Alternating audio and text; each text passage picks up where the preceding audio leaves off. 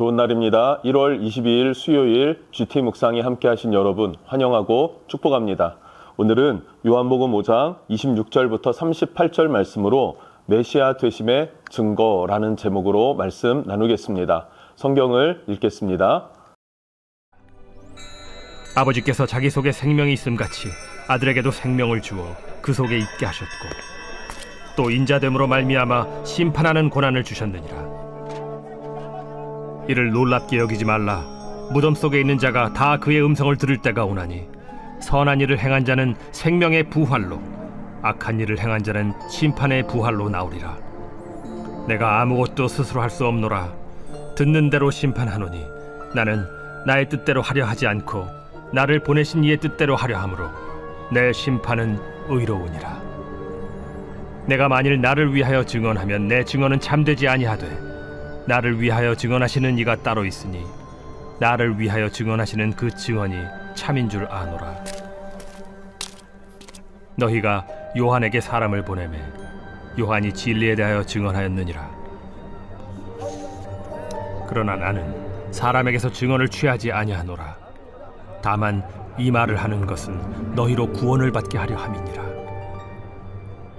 요한은 켜서 비추이는 등불이라. 너희가 한때 그 빛에 즐거이 있기를 원하였거니와 내게는 요한의 증거보다 더 큰 증거가 있으니 아버지께서 내게 주사 이루게 하시는 역사, 곧 내가 하는 그 역사가 아버지께서 나를 보내신 것을 나를 위하여 증언하는 것이요 또한 나를 보내신 아버지께서 친히 나를 위하여 증언하셨느니라. 너희는 아무 때에도 그 음성을 듣지 못하였고 그 형상을 보지 못하였으며 그 말씀이 너희 속에 거하지 아니하니 이는 그가 보내신 이를 믿지 아니함이라. 오늘 말씀의 배경은 예수님께서 베데스다 연못에 앉아 있었던 38년 된 병자를 일으킨 사건으로 인해서 시작됐습니다. 그 사람을 회복시킨 것이 바로 안식일이었기 때문에 그래요.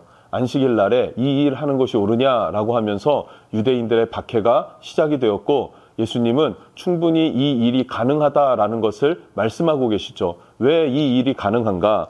26절을 보면 아버지께서 자기 속에 생명이 있음같이 아들에게도 생명을 주어 그 속에 있게 하셨고 라고 말하고 있어요.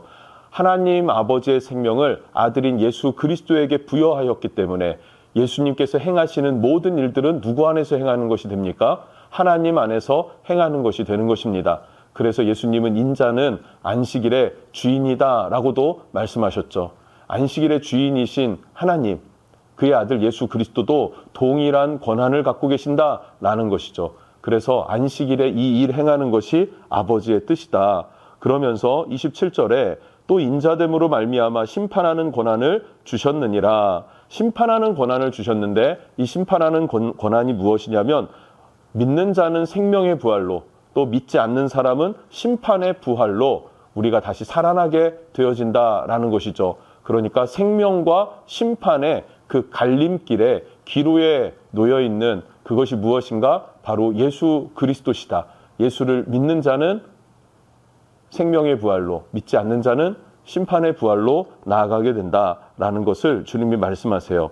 그럼 하나님이 이 권한을 왜 주셨는가? 그것은 너는 내 아들이니까, 너는 하나님이니까 그래서 부여해 주신 것이 아니라 27절에 또 인자됨으로 말미암아 심판하는 권한을 주셨다라고 말하고 있습니다.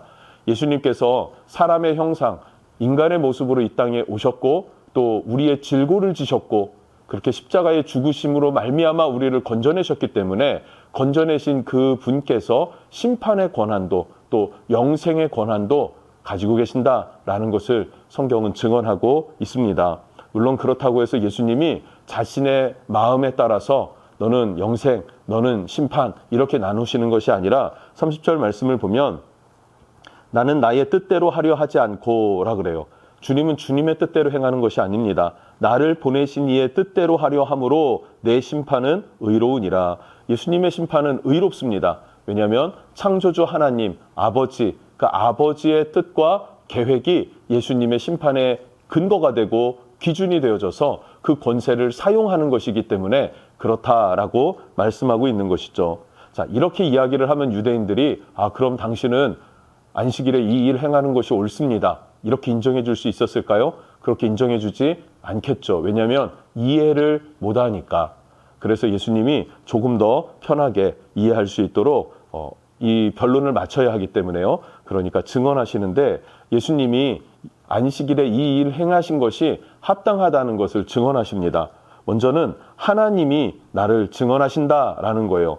하나님께서 친히 예수님을 증언하시는데 사람들이 이것을 알아듣지를 못하죠. 구별하지를 못하죠. 그런데 믿는 사람은 어떻게 됩니까? 예수를 믿는 사람은 예수님을 통해 하나님을 보고 예수님을 통해 하나님의 뜻을 알게 되고 예수님을 통해 동일하게 예수님과 같이 하나님 품 안에서 보좌의 우편에서 그렇게 주님의 뜻을 듣고 보고 이해할 수 있게 된다라는 것입니다. 그것이 38절에 기록되어져 있고요. 그리고 두 번째로는 세례 요한이 예수님을 증언했죠. 참 선지자라고 그 당시 많은 사람들이 인정했던 세례 요한이 예수님 자신의 메시아시다. 저가 세상 죄를 지고 가는 하나님의 어린 양이다라고 하는 증언을 분명하게 했었습니다. 그래서 등불을 밝히듯이 예수 그리스도가 메시아이심을 분명하게 증언한 사람이 세례 요한이었습니다. 그리고 마지막 세 번째로는 예수님께서 친히 자기 자신을 증언하셨죠. 자신이 행하신 표적들이 있지 않습니까? 그 표적들은 하나님께로부터 보냄받은 자가 아니라면 또 하나님이 아니라면 행할 수 없는 일들, 그것이 증거가 된다라고 예수님께서 친히 증언하시는 것이 31절부터 36절까지의 내용입니다. 여러분 어떻습니까? 이것을 우리가 받아들일 수도 있고 받아들이지 않을 수도 있습니다. 왜 받아들이지 않는가라고 질문을 한다면 하나님을 보지 못했기 때문에, 그리고 그 안에 말씀이 거하지 않기 때문에, 그리고 믿지 않기 때문에 그렇습니다. 반대로 우리가 이 예수 그리스도의 말씀을 믿고 받아들이기 시작한다면 우리 마음 안에 심령에 하나님의 말씀이 존재하고 하나님을 보게 되는 것이죠. 그리고 알게 되는 것입니다. 곧 영생의 부활에 참여하게 된다는 사실을 우리가 한번 기억했으면 좋겠습니다. 어찌 보면 자신을 박해하려고 찾아왔던 유대인들에게도 예수님은 자신이 메시아이심을 드러내시면서 믿음으로 말미암아 너희도 생명의 부활에 참여하라고 초청하시는 것과도 같다고 생각합니다. 오늘 하루도 주님 말씀 안에서 예수 그리스도를 믿는 믿음 안에서 승리할 수 있기를 주님의 이름으로 축복합니다. 기도하겠습니다. 선하신 주님 감사합니다. 예수님은 생명의 부활로 또 심판의 부활로 우리를 다시 살리실 때에 우리를 나누실 수 있는 권한을 가지고 계신 하나님이십니다. 그 하나님의 권세 앞에 우리가 믿음으로 반응하는 자 되게 해주시고 하나님의 뜻을 거스르는 자 되지 아니하도록 은혜와 긍휼을 베풀어 주시옵소서. 예수님의 이름으로 기도합니다. 아멘.